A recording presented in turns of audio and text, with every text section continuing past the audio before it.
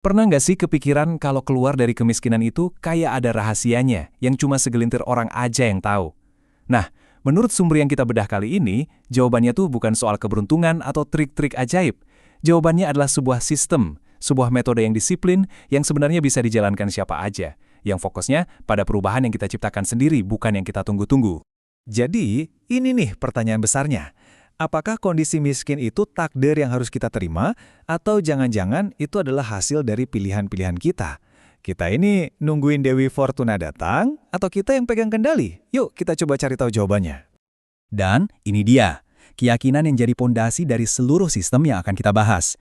Kutipan ini benar-benar nonjokkan. Maksudnya, kondisi awal kita lahir mungkin di luar kendali kita, tapi apa yang kita lakukan setiap hari sebagai respons itu adalah pilihan, dan pilihan-pilihan kecil inilah yang ujung-ujungnya menentukan nasib kita.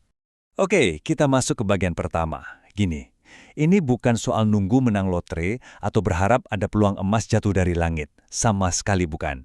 Ini adalah tentang membangun sebuah sistem di dalam kehidupan kita sehari-hari. Sebuah metode yang ada strukturnya dan bisa diulang terus-menerus. Intinya itu simple, geser dari sikap pasif yang cuma nunggu jadi proaktif.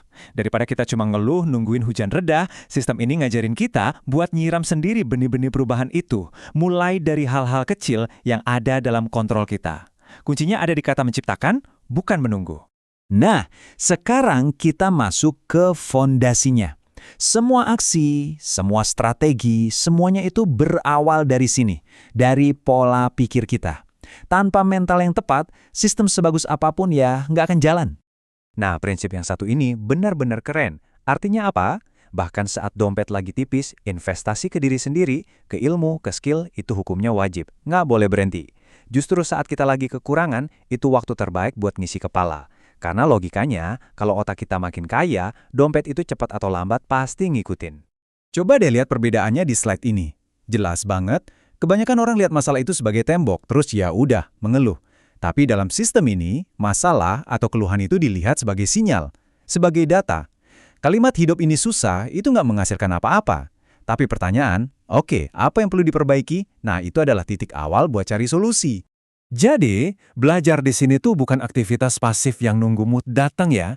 Ini adalah ritme kebiasaan harian yang konsisten. Siklusnya nggak pernah berhenti. Kita amati pasar, kita perhatiin pelanggan, kita lirik kompetitor, dan yang paling penting, kita bedah kegagalan kita sendiri. Semua itu adalah data mentah buat kita ngambil keputusan yang lebih cerdas besok pagi. Oke, mindset yang benar udah dipegang. Terus gimana cara mubahnya jadi tindakan? Nah, ini bukan sekedar kerja keras banting tulang dari pagi ketemu pagi, bukan. Ini tentang kerja keras yang cerdas, yang punya arah. Maksudnya gini, kerja keras itu harus terarah dan bisa beradaptasi. Nggak bisa cuma ngedorong batu yang sama terus-terusan. Kita harus tahu kapan waktunya fokus gaspol, kapan waktunya nambah skill baru, dan kapan harus berani belok arah. Mirip kayak pemilik warung yang diam-diam merhatiin pembeli buat tahu barang apa yang harus ditambah atau dikurangi. Intinya, baca situasi sambil terus gerak. Nah, soal kegagalan, di sini cara pandangnya beda banget. Gagal itu bukan aib atau akhir dunia. Gagal itu cuma data. Data yang mahal malah. Prosesnya simple dan nggak pakai baper. Kita gagal, kita analisis datanya. Kenapa kok bisa gagal? Lalu kita ubah strateginya berdasarkan data tadi, terus coba lagi. Ulang terus siklus ini sampai berhasil. Dan ini nyambung banget ke inti dari aksi cerdas. Sistem ini menekankan banget pentingnya mulai dari apa yang kita sanggup tangani. Kita harus jujur ukur kemampuan diri, lalu bangun pondasi yang kuat dari situ. Persis seperti kata kutipan ini, satu langkah kecil tapi kokoh itu jauh lebih bernilai daripada lompatan besar yang bikin kita malah jatuh tersungkur. Oke, sekarang kita ngomongin soal uang, terutama uang kecil. Dan ini salah satu konsep yang paling kuat, tapi sering banget kita sepelekan. Coba lihat angka ini, Rp1.000. Buat banyak orang, ini mungkin cuma buat bayar parkir atau permen, nggak ada artinya. Tapi dalam sistem ini, cara kita memperlakukan uang sekecil ini itu menentukan segalanya. Logikanya sederhana banget. Kalau kita nggak bisa disiplin ngelola Rp1.000, gimana mau dipercaya buat ngelola 10 juta? Jadi, uang kecil yang kita kumpulkan secara konsisten itu bukan sekedar tabungan. Itu adalah benih kebebasan kita untuk mengambil keputusan di masa depan. Nah, konsep inilah yang disebut ruang bergerak. Ini adalah semacam kebebasan finansial yang kita ciptakan sendiri dari tumpukan dana-dana kecil. Ruang inilah yang bikin kita nggak panik saat ada kebutuhan mendadak. Ruang ini ngasih kita pilihan, ngasih kita kemampuan buat nangkep peluang kecil yang tiba-tiba muncul, atau sekedar buat bertahan saat kondisi lagi sulit. Oke, kita udah bahas mindset, aksi, dan uang. Sekarang kita coba zoom out sedikit, lihat gambaran besarnya. Sistem ini tuh nggak dirancang buat sukses dalam semalam. Ini maraton, bukan lari sprint. Ini tentang memainkan permainan jangka panjang. Jadi, coba bayangin perjalanannya. Pengorbanan di tahun pertama, misalnya hidup super hemat, itu bukan penderitaan, itu investasi. Tujuannya adalah untuk sabar membangun fondasi, ngumpulin modal, dan nambah keahlian.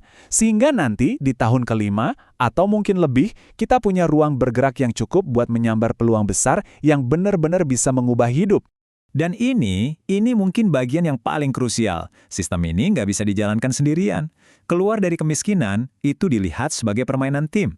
Makanya, solusinya adalah membangun sebuah ekosistem pendukung. Keluarga, komunitas, koneksi, di mana semua orang saling bantu, saling angkat, bukan malah saling sikut. Peran keluarga di sini benar-benar unik. Keluarga itu bukan cuma tempat kita pulang dan istirahat. Keluarga itu jadi semacam markas, basis operasi strategis.